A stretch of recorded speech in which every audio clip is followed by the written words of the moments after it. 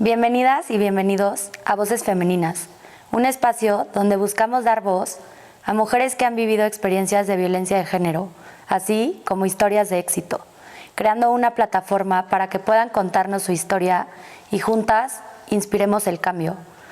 Hoy en nuestro primer episodio tenemos el honor de contar con Teresa Ramos, exdiputada de la Ciudad de México e impulsora de importantes leyes para las mujeres, como el aumento de penas al delito de feminicidio para que se castigue con 40 a 60 años de cárcel y que el delito de pederastía no prescriba. Además, cofundadora nacional del movimiento Por Ella por Todas y una gran defensora incansable de los derechos de las mujeres. Bienvenida, Tere. Muchas gracias, María Teresa. Estoy muy emocionada de estar aquí en este espacio tan necesario para quienes no lo sepan.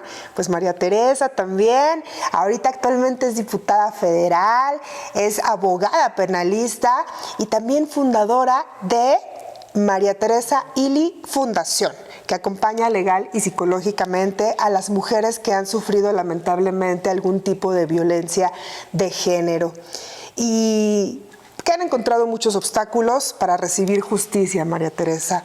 Y bueno, el día de hoy tenemos un capítulo muy especial donde queremos hablar de la violencia de género desde una perspectiva muy personal. Nos adentramos en la historia de María Teresa Ili, una historia de amor romántico que se convirtió en manipulación, abuso, y también vamos a explicar cómo las mujeres pueden romper el silencio, transformar sus vidas y después ayudar a más mujeres. Vamos a comenzar con esta historia. Bienvenidos. María Teresa, todos sabemos que lamentablemente tuviste una historia de amor que después se convirtió en una historia de terror. ¿Cómo comienza tu historia con tu agresor, Alejandro?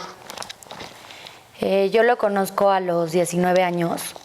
Lo conozco por una red social que se llama Instagram. Él me escribe diciendo que me quería conocer y desde el principio recuerdo que era muy insistente, como mostrando mucho interés en quererme conocer. Entonces recuerdo que era un puente, entonces pues desde ahí comenzó como la manipulación a decirme que él se había quedado para conocerme y pues que yo le tenía que dar todos, o sea, jueves, viernes, sábado y domingo. Todo tu puente. Todo mi puente porque él se había quedado por mí, ¿no?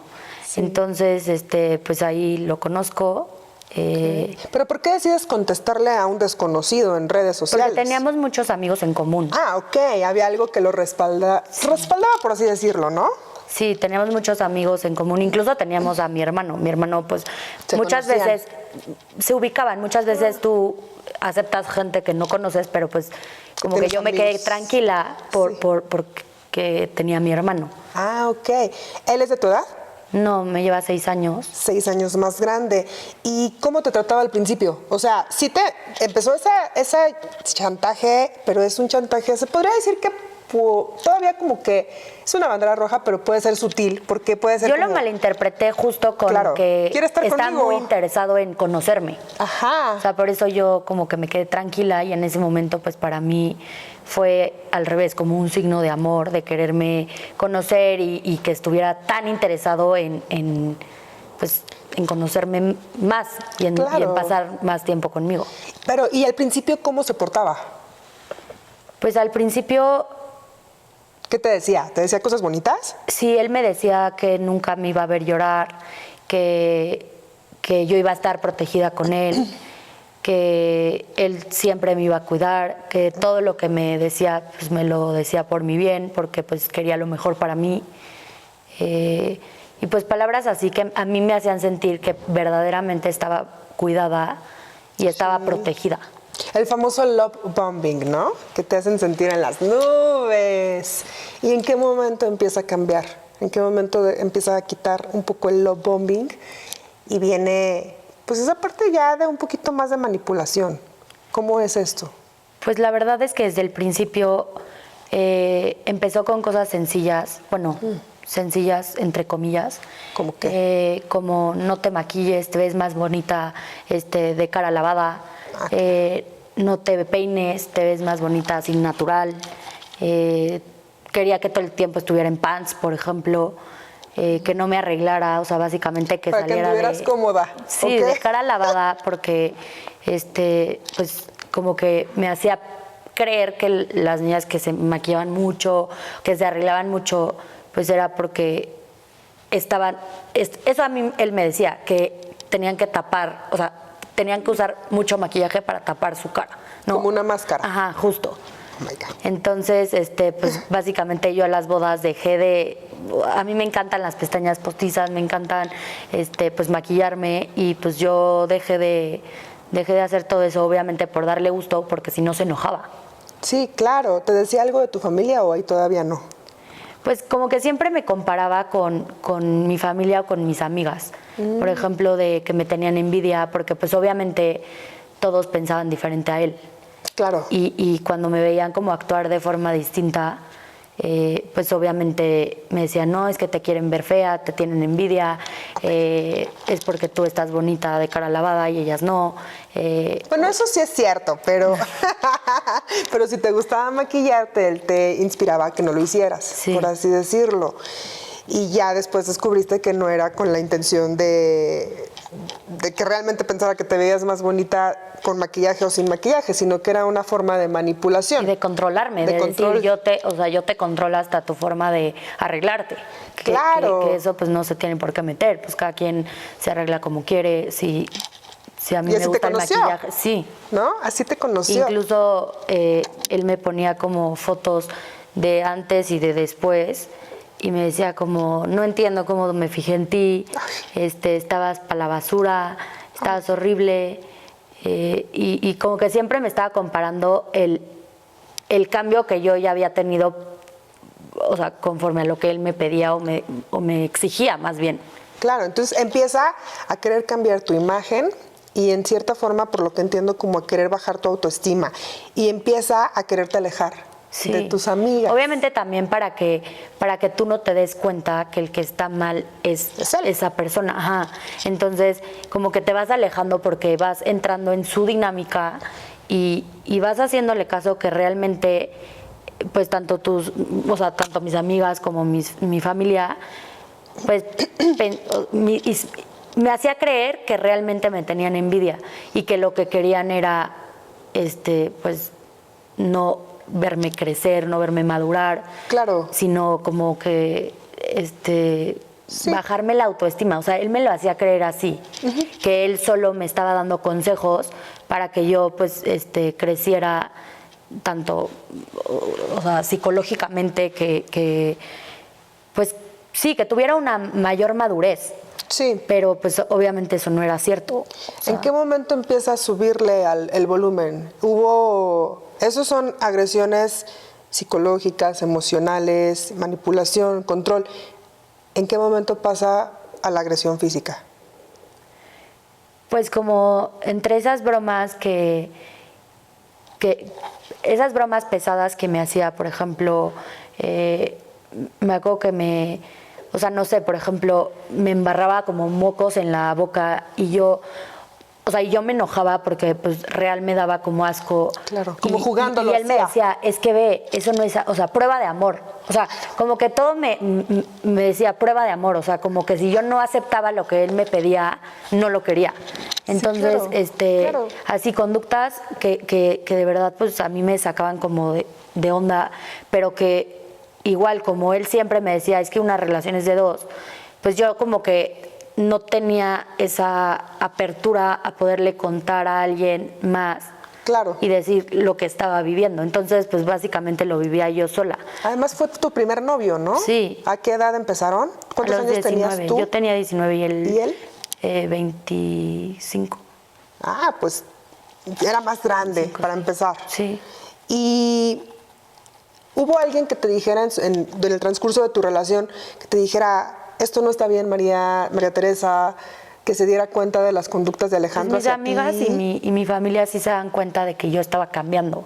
Ah, ok. Pero como a mí ya me molestaba que me lo dijeran, porque Claro. yo estaba como ciega que era por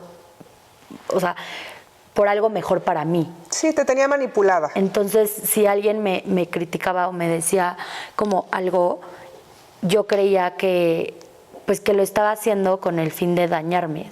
Claro, pensabas que en lugar de que fuera para tu beneficio, fuera para... porque te tenían envidia, como él te decía, ¿no? Sí. ¿En qué momento decides, te das cuenta que no estás en una relación sana? Te das cuenta del tipo de violencia que estás sufriendo y decides romper con Alejandro. Pues la verdad es que yo en ese momento no tenía como las herramientas para poder darme cuenta que estaba siendo violentada. Sin embargo, sí tenía como muy claro el que una infidelidad siempre me iba a hacer sufrir. O sea, fue infiel Siempre. además. Sí, o sea, a mí lo que me hizo romper, terminar mi relación fue una llamada que yo pues no le permití porque pues si una vez te es infiel tu pareja, creo que toda la vida te lo puede ser. Y si Claro. tú no pones como ese límite, pues vas a sufrir toda tu vida. Obviamente sin yo saber que yo ya estaba sufriendo y que yo sufría por todo el tiempo, durante todo el tiempo, Claro. conforme a sus conductas, sus amenazas, sus manipulaciones, pero pues eso fue lo que me hizo terminar. María, ¿y ya tuviste que ir a terapia? Sí, yo en el momento en que terminé con él, busqué luego a una psicóloga, justo por por este círculo de manipulación que es como termino, regreso.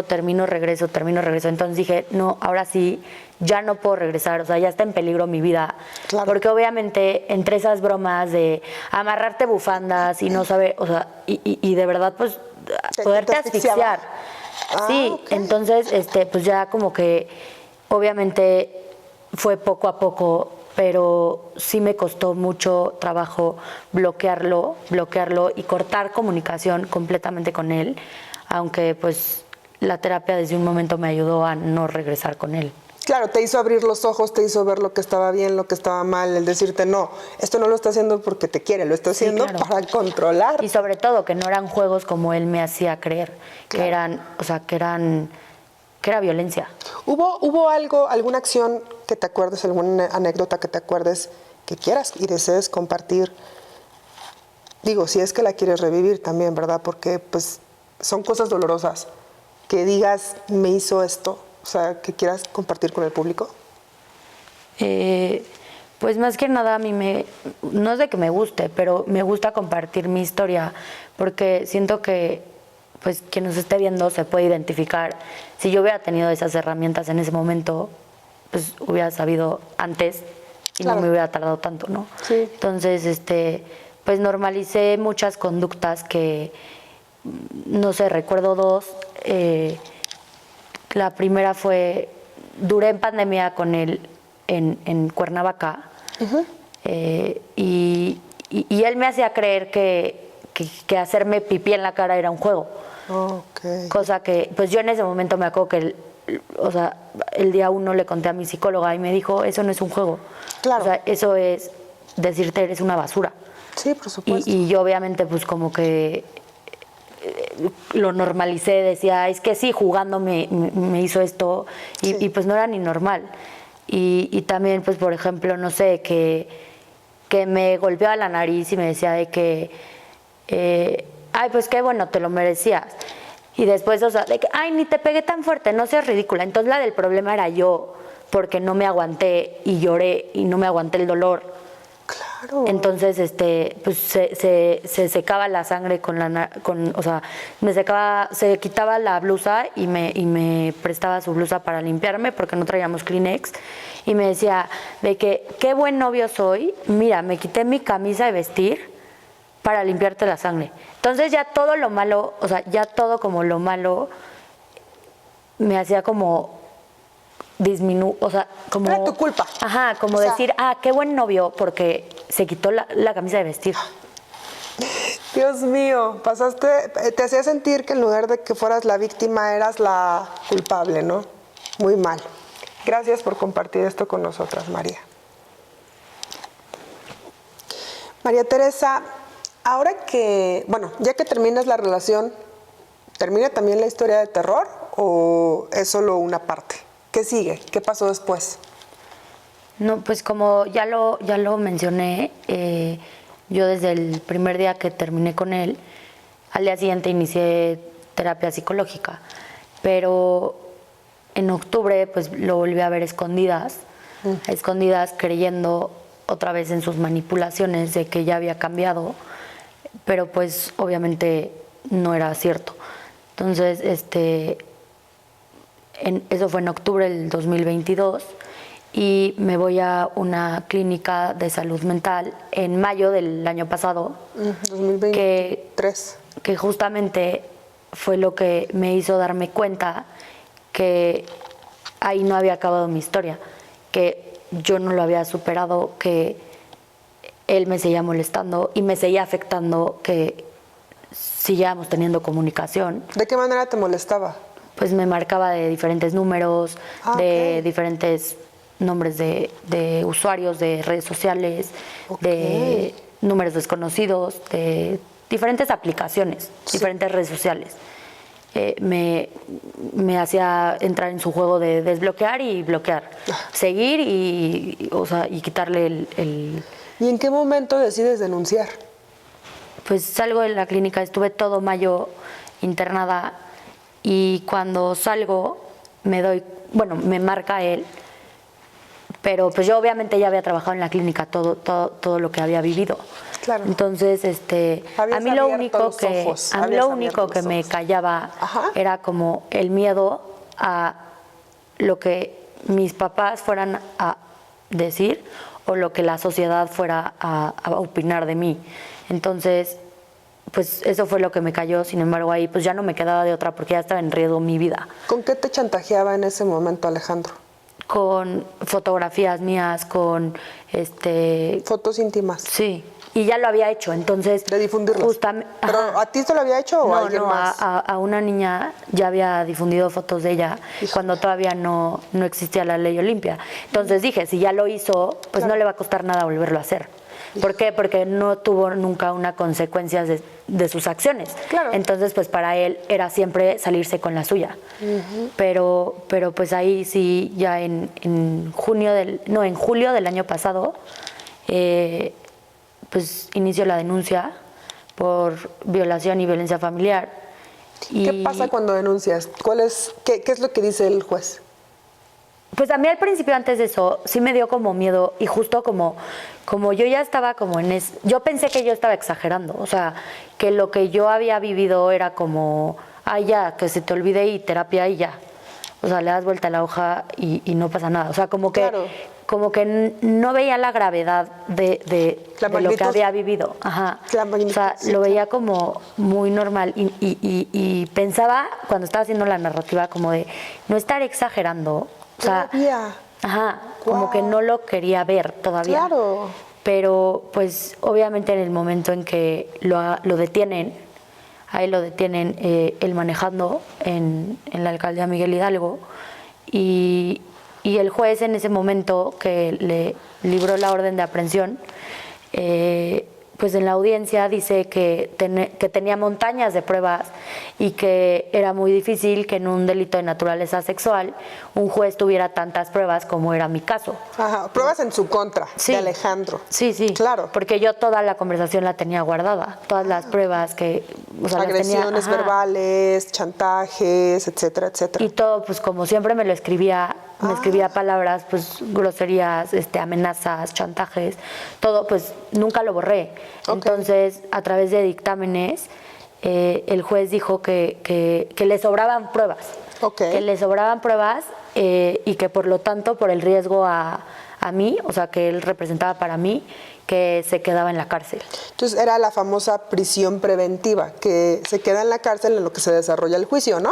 Sí, era la prisión preventiva justificada. Porque representaba peligro para ti. Sí. ¿Y qué pasa después? ¿En qué momento sale Alejandro? Pues él se va por un amparo. La defensa de él presenta un amparo y le otorgan la inmediata libertad. En menos de 48 horas él ya estaba libre. Y el mismo juez, ya después, el mismo juez Júpiter López Ruiz, que fue quien lo vinculó y quien dijo tener montañas de pruebas, Después, obviamente, ya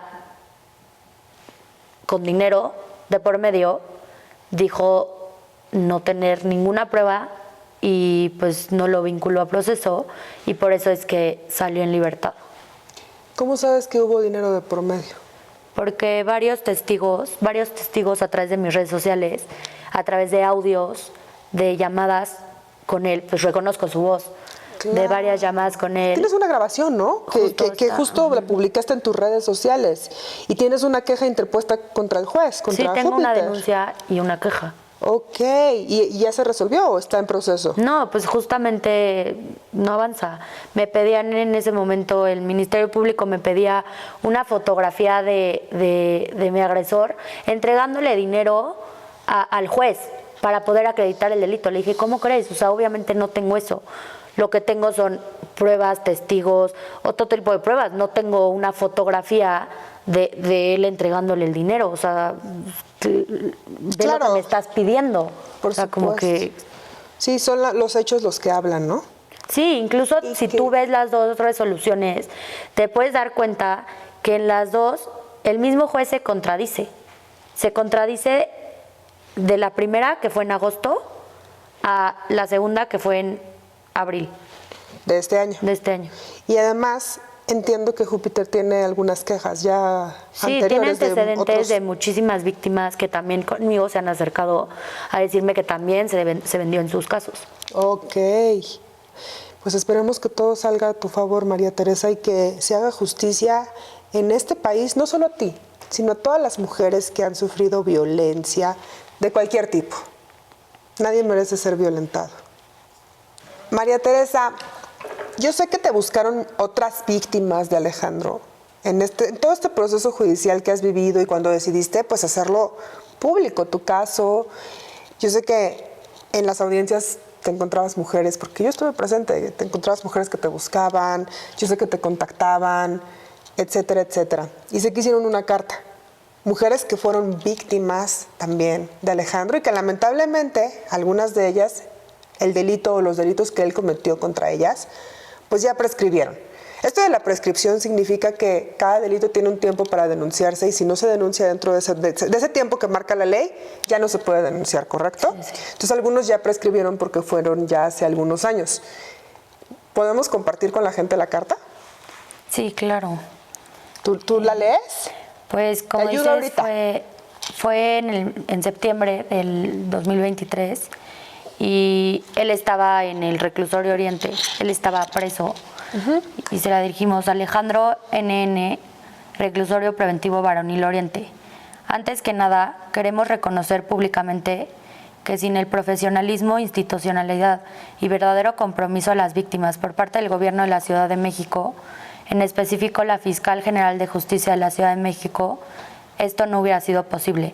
Gracias a ustedes tenemos la fuerza para poder enviarte este mensaje a ti, Alejandro. Todo empezó el 29 de enero del 2019, cuando me enviaste por Instagram un mensaje que decía: Mar, ¿cuántos años tienes? Si me lo hubieran preguntado esa vez, jamás me hubiera imaginado que hoy, después de que me destruiste por años, tendría el valor de alzar la voz y perderte el pánico, de tener la valentía sin saber qué iba a pasar, de enfrentar todo lo que tú deshiciste, de empezar a recuperar mi autoestima, la forma de valorarme, mi tranquilidad, mi seguridad y confianza en mí misma. Hoy me sigue costando trabajo entender por qué una persona que me prometió amor eterno y protección fue capaz de hacer todo lo que tú me hiciste. Imaginaste que me controlarías toda tu vida, que tus amenazas eternas bastarían para callarme por siempre, que podías herirme a tu antojo y usarme cuando quisieras, para que aprendiera tus lecciones.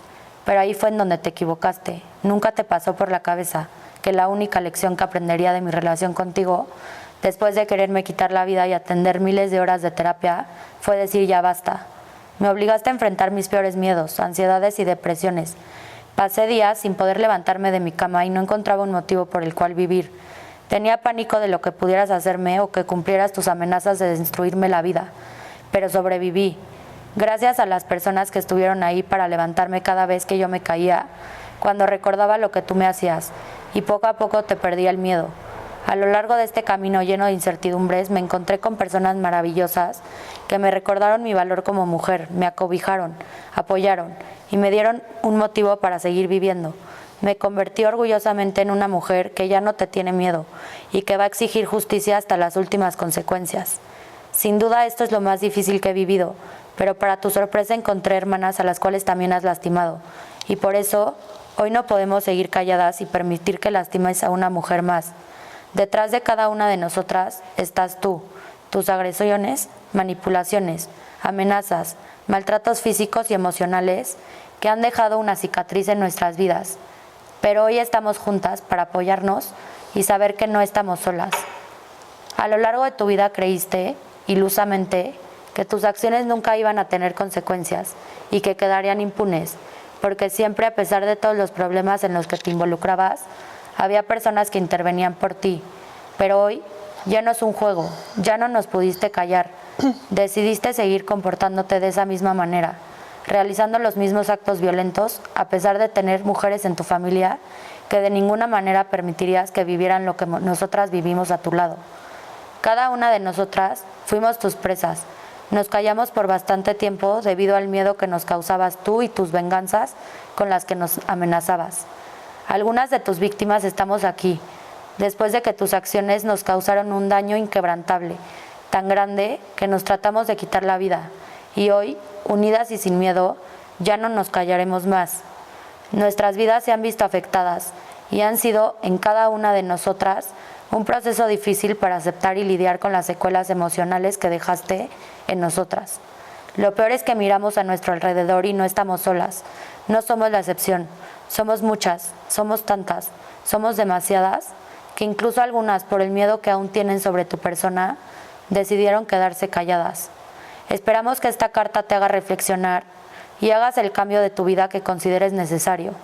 Esta carta no es con el fin de una venganza contra ti, sino son unas palabras que nos servirán para poder cerrar nuestro capítulo y así crear la vida que merecemos, sin violencia y sin miedo, para jamás volver a callarnos. Abrir un espacio para la comunicación, comprensión y finalmente invitar a que las mujeres que se encuentran en manos de depredadores como tú no se queden calladas y así poco a poco ir disminuyendo la terrible violencia de género que existe en nuestro país. Esperamos que mientras estés enfrentando tu proceso legal puedas reflexionar sobre tus acciones que te llevaron hoy a estar donde estás, enfrentando justicia después de 15 años que seguiste y no paraste. Este es un mensaje de parte de todas tus víctimas que callamos durante varios años por miedo a tus amenazas y a ser juzgadas por la sociedad en la que tristemente seguimos viviendo. Pero hoy queremos dejar claro que ya no nos callaremos más y sobre todo ya no te tenemos miedo. ¿Quieres que siga leyendo? Esta es la siguiente víctima.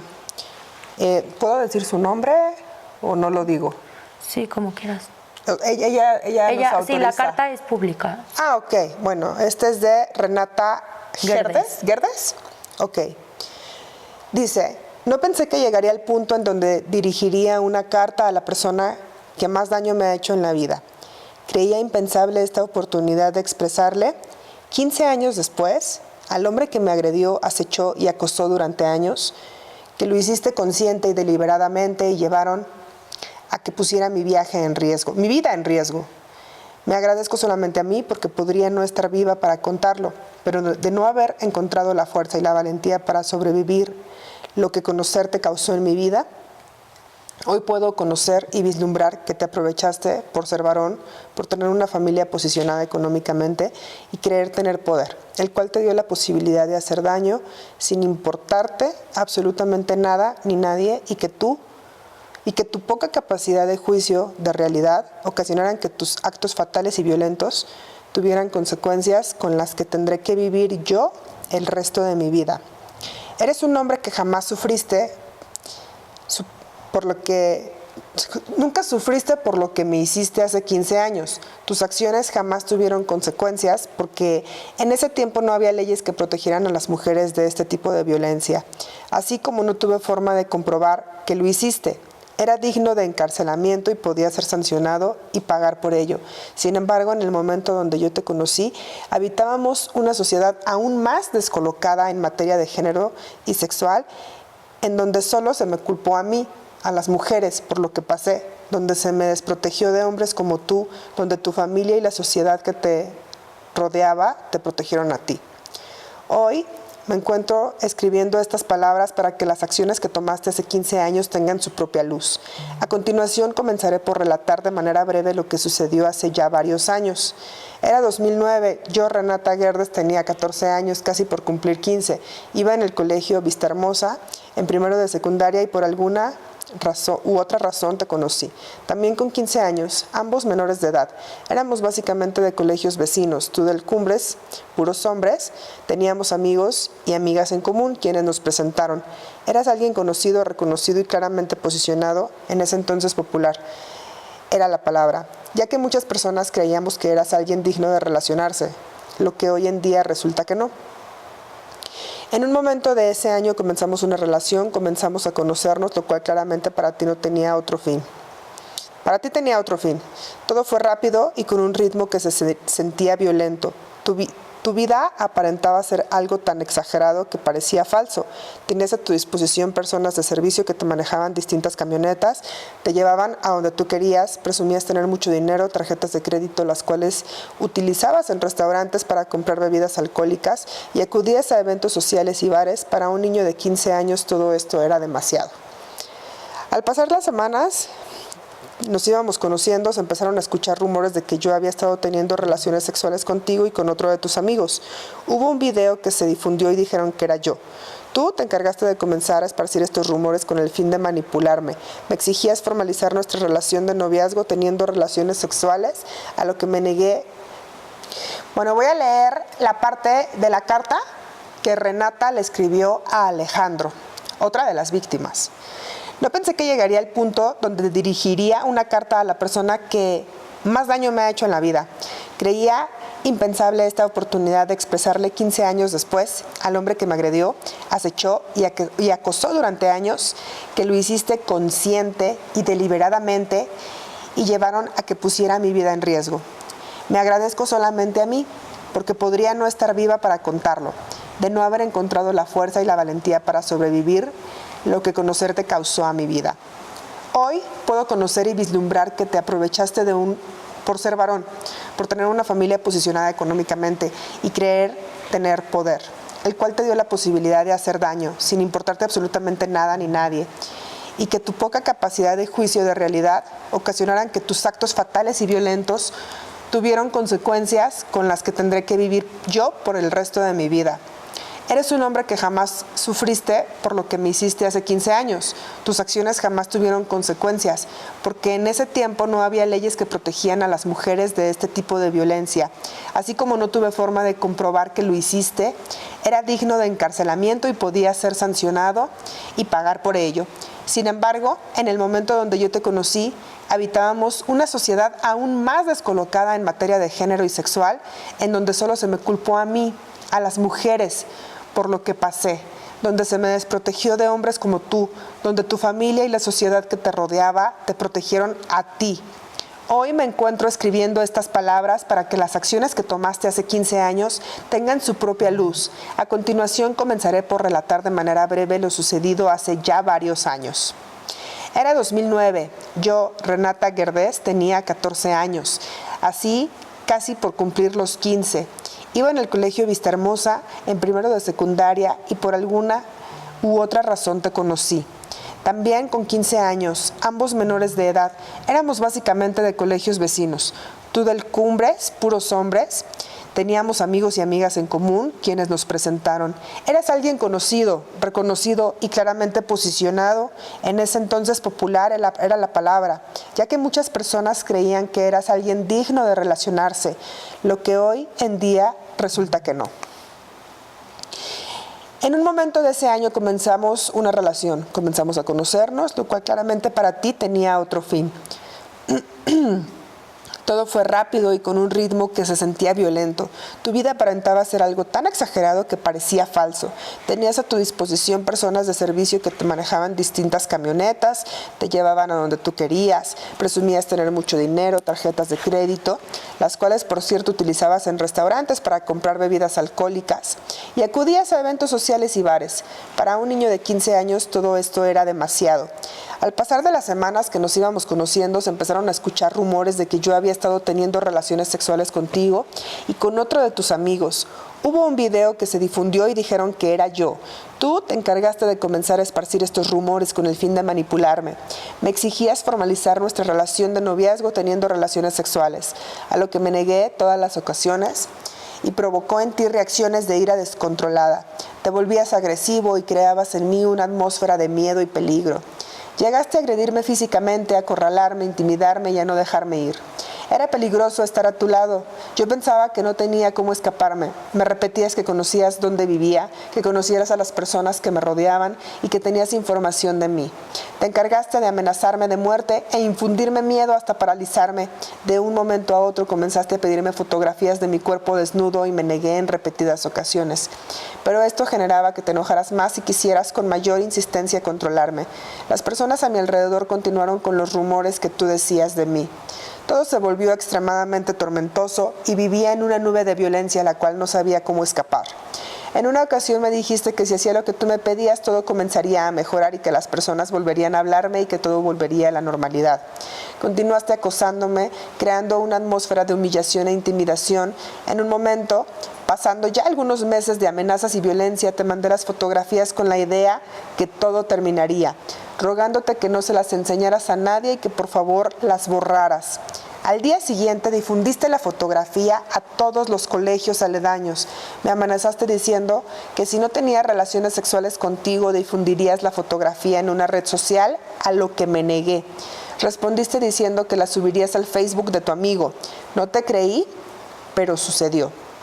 En menos de 20 minutos estaba la fotografía en la red social, además de que todos ya la tenían en su poder. La fotografía se difundió a diferentes estados de la República Mexicana. Tuvo un alcance difícil, casi imposible de detener. Durante 10 años personas seguían reconociéndome por dichas fotografías. Mi primer intento de suicidio, de 3, fue en este momento, en el que quedé expuesta, vulnerable, completamente abierta a un mundo sin mi consentimiento, sin libertad ni decisión. Me quitaste la posibilidad de continuar en mi colegio que consideraba mi casa, de seguir con mis estudios, de llevar a cabo una infancia y una adolescencia normal como una niña. Como sé que una persona con derechos humanos debe llevar su vida, y en ese momento quedó en mí salir de una situación así. Las consecuencias psicosociales que tus acciones tuvieron en mí fueron vastas y no considero sean necesarias de abordar a detalle en esta carta. Sin embargo, sí considero importante y relevante mencionar que lo que actualmente está sucediendo te es consecuencia de llevar una vida de impunidad en donde no se reconoció en este entonces el peligro que era tener a alguien así en la sociedad, que si no se reestructuraba tu actuar y no se corregía, continuarías un camino de violencia el cual únicamente escalaría a mayor violencia. Hace 15 años nadie les dio la importancia a tus acciones, pero hoy agradezco profundamente que exista un sistema que proteja a las víctimas de delitos como los que tú has cometido durante toda tu vida. Hoy sé que tu violencia deriva de una decisión que tomaste desde ese entonces a ser esta persona que eres hoy en día, llena de agresión e ira, que se ha dedicado a lastimar y a extorsionar, manipular y poner en riesgo a las mujeres, que tú escoges para que se crucen en tu camino, ya que no creo que sea casualidad cruzarse en el tuyo. Escribiendo esto, conociendo que estás enfrentando algún tipo de proceso 15 años después, me da a entender que llevas haciendo lo mismo repetitivamente y está comenzando a iluminarse que en efecto eres un agresor y una persona sumamente peligrosa para la sociedad y sobre todo para las mujeres. Si es que existe una condena, será dictada únicamente por la justicia, derivado de las acciones que has tomado a lo largo de tu vida, las cuales hablan por sí solas. ¡Qué fuerte! Estaba a punto de llorar. Ayúdame con la siguiente víctima, porque ya mi voz, de verdad. Creo que voy a salir afónica de este podcast, María Teresa. Víctima 2. APM, identidad reservada por petición expresa de la víctima. Te conocí desde que éramos pequeños en el año 2009. Teníamos varios amigos en común. Durante varios años me invitaste a salir, pero no acepté hasta que nos invitaste a mis amigas y a mí a Acapulco. Ahí comienza mi historia contigo. Reiteradas ocasiones me obligabas a hacer cosas que yo no quería. Incluso te lo decía, pero a ti no te importaba y yo acababa aceptando por miedo y por tu manipulación, debido a todas las fotos, grabaciones y demás contenido íntimo sexual que tenías sobre mí. En 2 ocasiones me amenazaste con publicar mis fotos y grabaciones si no aceptaba mandarte más, y hasta hace poco tiempo yo vivía en un miedo constante de que lo hicieras. A principios del mes de septiembre del 2018 fuimos a Acapulco tú y yo solos.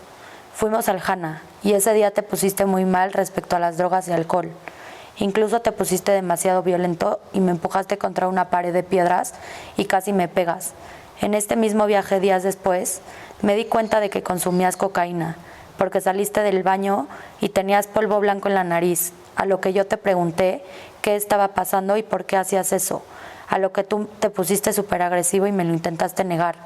Después, sacaste la cocaína y pusiste unas líneas en la mesa. Yo te dije que ni de broma iba a probar eso, pero tú insististe diciéndome que no me iba a pasar nada, que viera lo que era, para que me diera cuenta de que no estaba mal, lo cual yo te repetí 3 veces aproximadamente que no quería, hasta que te empezaste a enojar y a poner agresivo.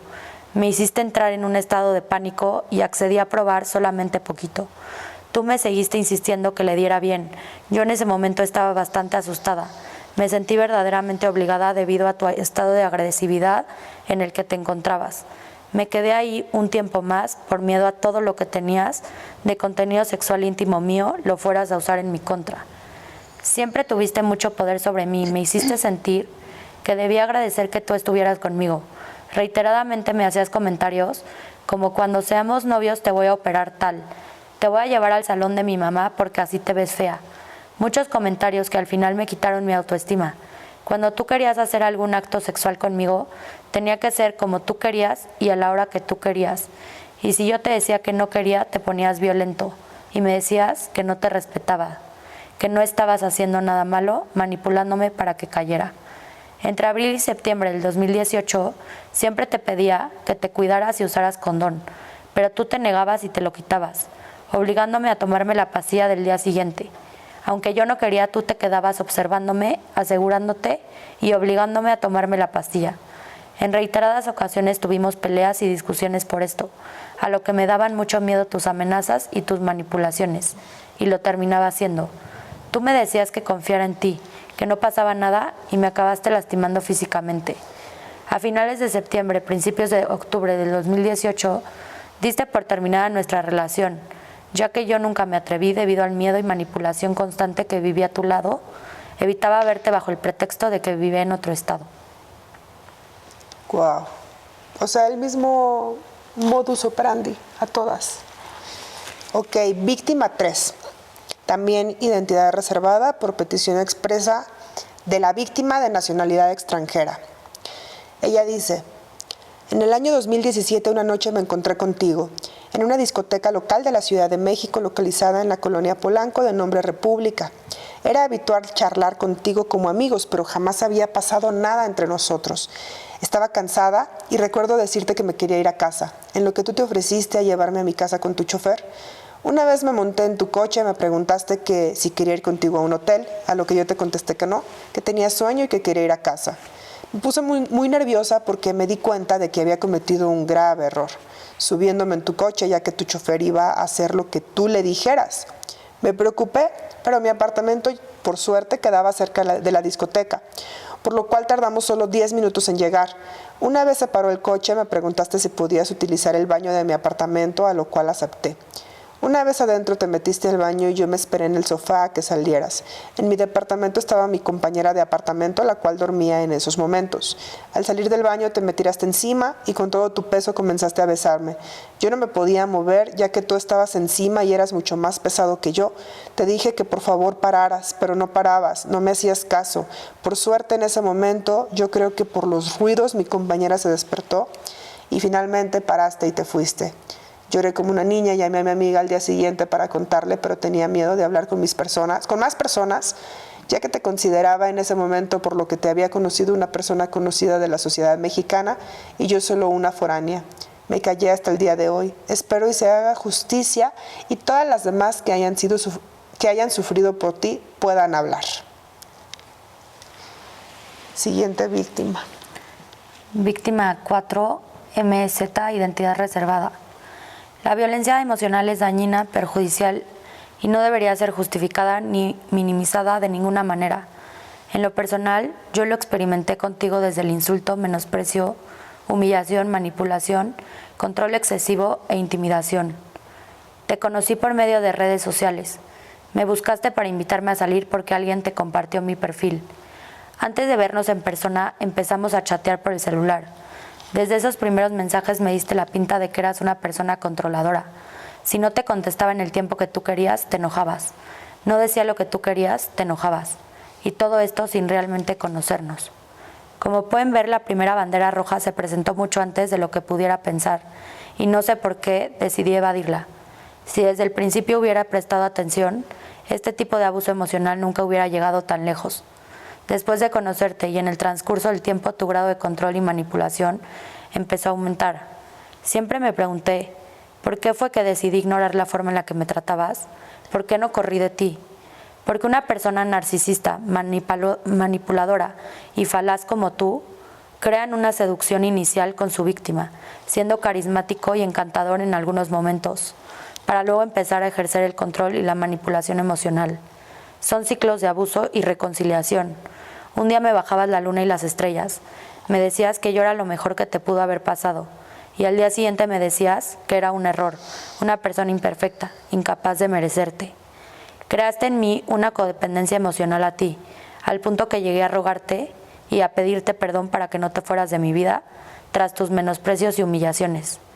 En lo personal me considero una persona muy chistosa, risueña, social y platicadora, con una buena autoestima, segura de sí misma y de su valor, pero todo esto lo perdí cuando estuve a tu lado. Nuestros primeros problemas fueron la forma y el tiempo en la que te contestaba. Me tardara 2 horas o 5 minutos para ti estaba mal. A tus ojos yo era una desconsiderada o una intensa.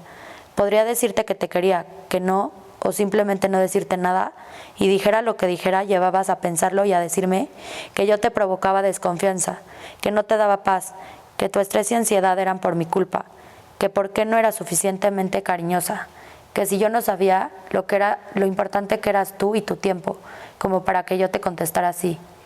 No me atrevía a enseñarle a ninguna amiga mi conversación contigo. En primer lugar, porque me hubiera dado mucho miedo que te enteraras de que la compartí, porque ya estaba amenazada por ti, de que no había manera humana en la que alguien viera lo que nos escribíamos, ni cómo funcionaba la dinámica entre nosotros. Y por otro lado, porque me daba pena que mis amigas y mi familia se enteraran que yo me dejaba tratar así, y que encima te pedía perdón por esas tonterías. Después los problemas empezaron a escalar a un nivel más personal. Ya no era la manera en la que yo hacía las cosas, ahora el problema era yo. Lo he comentado mucho con mis personas cercanas. Ya ahorita analizándolo más, querías moldearme y hacerme a tu manera. Querías que cambiara radicalmente. Querías hacerme sumisa, tu trofeo, tu molde. Por eso poco a poco el problema empecé a ser yo, mi manera de ser, mi personalidad, la manera en la que hablaba, me vestía, cómo pensaba y cómo actuaba. Me decías que no te gustaba la manera en la que hablaba o me expresaba, que para qué me pintaba si solo me ibas a ver tú, que tal blusa estaba muy escotada, que comiera más, que estaba muy flaca, que fuera más atenta, que si platicaba mucho, que si estaba muy callada o que porque no era más lista. Todo lo que hacía estaba mal, hasta llegué a decirte que trataba de ser perfecta para ti y recuerdo perfecto que me dijiste, en muchas cosas sí fuiste, pero en otras no, como si fuera mi responsabilidad serlo. Siempre que estábamos con más personas y no te gustaba la manera en la que estaba actuando, me escribías por mensaje y me decías que por qué era tan rara y que me comportara a la altura. Claro que todo esto provocó una inseguridad horrible en mí. Dejé de ser chistosa, risueña, social. Me volví una niña muy callada y penosa en este tiempo. Me alejé de mis amigas y me abstuve de contarles este tipo de cosas porque no quería escuchar la realidad. Pensé que si era tan imperfecta, nadie realmente me podía llegar a querer. Me hice la idea que ese tipo de maltrato era lo mejor que yo podía llegar a recibir por parte de alguien a cambio de mi amor y cariño. Mi familia empezó a darse cuenta de mi cambio y de lo rara que actuaba cuando estaba contigo. Llegaron a decirme que parecía un robot, que ya no era yo, que era como si estuviera controlada. Llegué a pensar 1000 veces las cosas antes de hacerlas, por el miedo a que te enojaras conmigo y me castigaras con tu menosprecio y humillación a mi persona. Claro, porque además del insulto estaba tu castigo, el no hablarme e ignorarme, y enojarte cuando las cosas no eran a tu manera o no te parecía lo que había hecho, hasta que conseguías lo que querías, que te rogara y pisotearas mi dignidad, hasta que un día por fin se acabó. Decidí no entrar a más detalles ya que considero esto lo más importante. Gracias a Dios esta historia se acabó a tiempo y puedo decir que hoy en día he recuperado mi autoestima, personalidad y sé que soy una niña increíble y que valgo la pena. Al igual sé que ni yo ni nadie merece ese tipo de manipulación emocional ni trato. Sobre todo cuento esto porque creo que es importante prestar atención a las banderas rojas que hay en una persona. Nunca sabes hasta dónde pueden llegar y porque necesitamos apoyarnos como mujeres para salir adelante. Este es un mensaje para todas las mujeres que hoy en día viven algún tipo de violencia de su pareja, para decirles que no están solas y que cada vez seremos menos las que tenemos miedo de alzar la voz. Atentamente, María Teresa Ili Díaz, Renata Guedes, APM, AR, MZ y seguramente muchas otras más. Qué fuerte, María Teresa, qué fuerte. ¿Qué les parece a las personas que nos están viendo y escuchando por las diferentes plataformas esta carta? ¿Qué sentiste cuando la leíste? En ese momento yo me identifiqué con todas las conductas, o sea, por ejemplo, que también le prohibía arreglarse, el tema del teléfono que les mandaba mensajes, o sea, a mí también, o sea, es una conducta que es repetitiva en hombres narcisistas, misóginos y violentadores, que justamente actúan de la misma forma con sus víctimas, con sus presas. Claro, esta carta la escribieron mientras él estaba preso. Sí. Se sintieron seguras, yo creo, sí, justo. de que no estaba libre, que no pude ir por ellas, ¿no? Y todas pensamos que ese era el lugar en donde él merecía estar. Por supuesto. ¿Qué pasó después? ¿Qué siguió en tu caso, en tu historia? ¿Qué fue lo que ha sucedido? ¿Quedó en libertad Alejandro? ¿Qué sigue con el proceso? Pues en cuanto al caso, seguimos buscando justicia y no me voy a detener hasta que esté en el lugar en donde merece estar, sobre todo por todo el daño que no solamente me hizo a mí, sino a todas las mujeres que conoció en su vida. Él ahorita tiene 2 órdenes de aprehensión y una ficha roja y pues esperando a que se haga justicia por todas las mujeres. ¿Dónde crees que está? Pues él tenía pasaporte peruano y él es libanés, entonces pues con eso de que no existe el tratado de extradición del Líbano a México, yo creo que se fue para allá, obviamente por miedo a que ya conoció la cárcel, claro. Ya sabe qué es lo que es estar en la cárcel. Claro, claro. Y entiendo que hay más carpetas de investigación abiertas por distintos delitos y con distintos jueces, ¿correcto?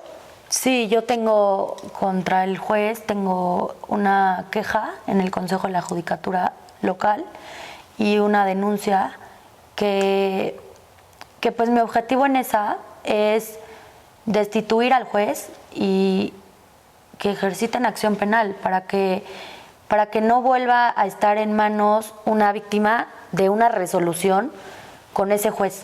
Claro, que todos tengan acceso a la justicia real, verdadera y expedita, como se lo merecen.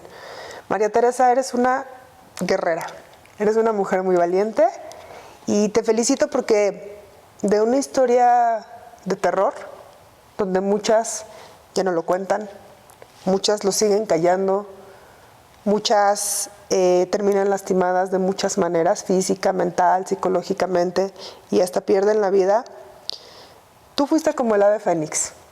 Te levantaste, creaste tu fundación donde además estás ayudando a otras mujeres, estás siendo un ejemplo y una luz para muchas mujeres que hoy nos están viendo.